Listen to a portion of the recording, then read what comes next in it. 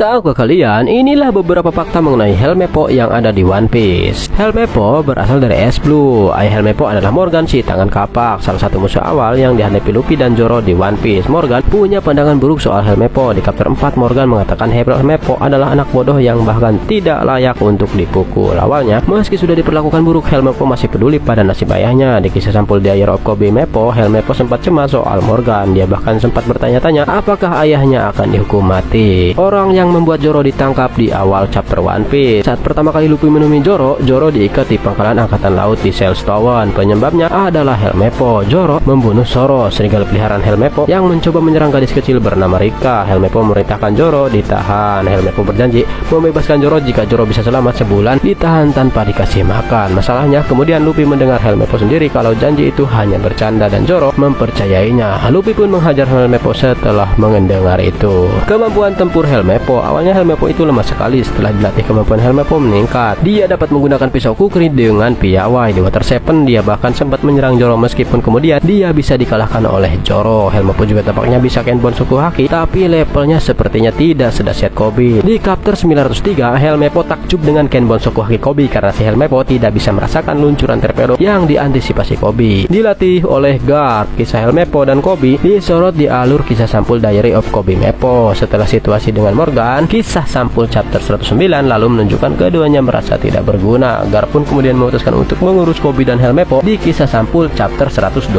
Koby dan Helmeppo kemudian dibawa ke markas angkatan laut di mana mereka dilatih dengan keras. Mereka bahkan masih berlatih di malam hari. Promosi Helmeppo cepat sekali. Helmeppo sempat diperlihatkan menjadi chorboy.